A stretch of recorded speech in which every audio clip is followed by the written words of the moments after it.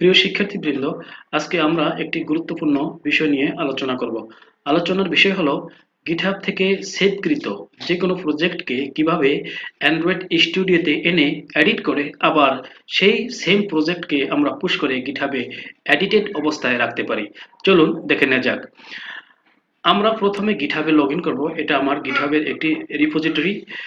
আমি রিপোজিটরিতে ক্লিক করলাম। আমার এখানে প্রথম যেই ইয়েটা আছে, প্রজেক্টটা, এটা আমি এডিট করব। এটাকে আমি নেব কোথায়? অ্যান্ড্রয়েড স্টুডিওতে।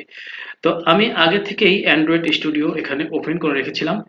তো আমার প্রথম কাজ হবে, আমি যেই প্রজেক্টটাকে এডিট করতে চাই অ্যান্ড্রয়েড স্টুডিওতে, আমি সেই প্রজেক্টের লিঙ্কটাকে গিটহাবের এবং রিপোজিটরি প্লাস যে প্রজেক্ট লিঙ্কটা একটু খেয়াল করুন।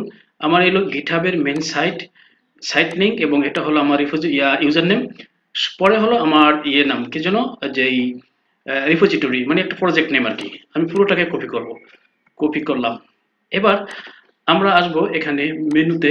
মেনুতে আসার পরে এখান থেকে নিউতে ক্লিক করব। নিউতে ক্লিক করার পর আমরা দেখব ৩ নম্বর option, project from version control. তবে অবশ্যই আপনাকে মনে রাখতে হবে আপনার গিটহাবকে আগে থেকে অ্যান্ড্রয়েড স্টুডিওর সাথে আমরা কানেক্টেড করে রাখতে হবে। সেটাকে কানেক্টেড করার জন্য এখানে যখন আমার এই অ্যান্ড্রয়েড স্টুডিওতে গিটহাবের লিঙ্কটা মানে অ্যাটাচড ছিল না, কানেকশন ছিল না, কানেক্টেড ছিল না, তখন এখানে বিসিএস লেখা ছিল। যখন আমি বিসিএস এর ক্লিক করলাম, নিচে একটি ভার্সন এনেবল ভার্সন কন্ট্রোল, ওটা ক্লিক করে তারপরে আমি গিটহাবের লিঙ্ক দিয়ে কানেক্ট করে আগে থেকে নিয়েছি বিধায় এখানে গিট লেখা আসছে। যদি এই গিট লেখা না থাকে এখানে, তাহলে মনে করবেন আপনার গিটহাবের সাথে কানেক্টেড না। আগে কানেক্টেড করে নেবেন। ওকে, তো আমারটা যেহেতু কানেক্টেড আছে, আমি আর কানেকশন করতে চাই না, কানেক্ট করতে চাই না। আমি ফাইলে আসলাম, নিউতে গেলাম। নিউতে যাওয়ার পর এখানে ৩ নম্বর option, project from version control. Project from version control এখানে ক্লিক করলাম। এখানে আমরা ইউআরএল এর জায়গায় যেই আমরা লিঙ্কটা, ইউআরএলটা, গিটহাবের যে প্রজেক্টের লিঙ্কটা কপি করে রেখেছিলাম সেটাকে পেস্ট করে দেব।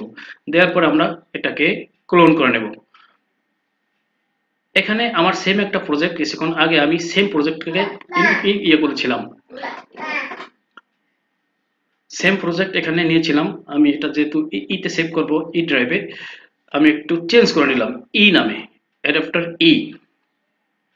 এটাকে ক্লোন করে দিলাম।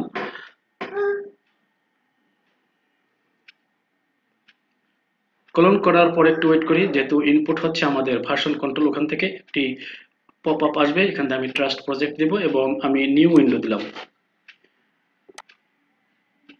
আমরা একটু ওয়েট করে নিই, এটা পুরোপুরি গ্রেডল হোক, এখানে অ্যাটাচ হোক। এই ফাঁকে আমি যাচ্ছি আমার এই প্রজেক্টের ভিতরে।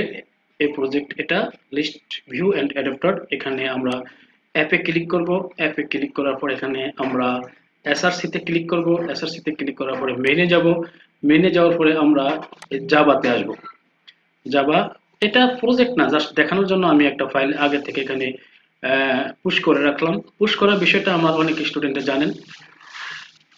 এখন কিভাবে পুল করে আর কি, কিভাবে পুল করে সেটাকে আবার এডিট করে পুশ করা হয় সেটা আমরা দেখব। আমি অ্যান্ড্রয়েড স্টুডিওতে ঠিক এই জায়গাতে কিছু এডিট করব। এখানে আমি কিছু করব না, অ্যান্ড্রয়েড স্টুডিওতে করব। এখানে এখানে এটা তো না, এটা where is this one maybe।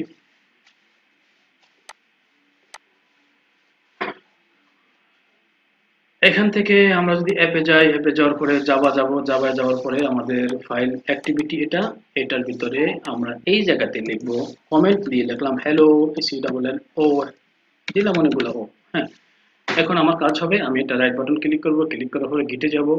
গিটে যাওয়ার পর আমাকে প্রথম অ্যাড করতে হবে।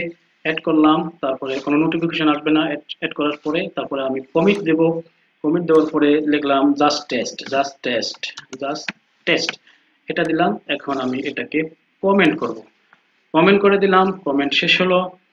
ওকে, তারপরে আমরা এখান থেকে গিটে যাব। গিটে গিয়ে পুশ করে দেব। আমি যেটা কমেন্ট করলাম ওটা ধরতে হবে আগে, জাস্ট টেস্ট, এটাকে ধরবো, ধরে আমি পুশ এনিওয়ে দিলাম। দেওয়ার পর আমরা যদি এখন দেখি যে আমাদের এই যে লিঙ্কটা ব্রাউজারে ওপেন আছে, সেখানে একটু রিফ্রেশ করে নিব যে আমি যে হ্যালোটা লিখলাম এটা এখানে আসলো কিনা। এতক্ষণে মনে হয় আমার পুশ হয়ে গেছে। হ্যাঁ, পুশ করা শেষ। এখন আমি এই জায়গা থেকে আমি এটাকে রিফ্রেশ করে নিই।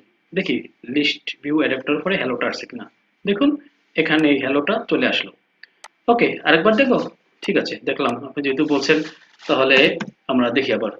দিলাম এখানে আমার সোনার বাংলা, এটা লিখলাম। এই হ্যালোর পরে কিন্তু এখানে আমার সোনার বাংলা নেই। আমি এটাকে এখন আবার অ্যাড করব। আমাদের প্রতিবার এডিটিং এর পরে অ্যাড করতে হবে। অ্যাড করলাম।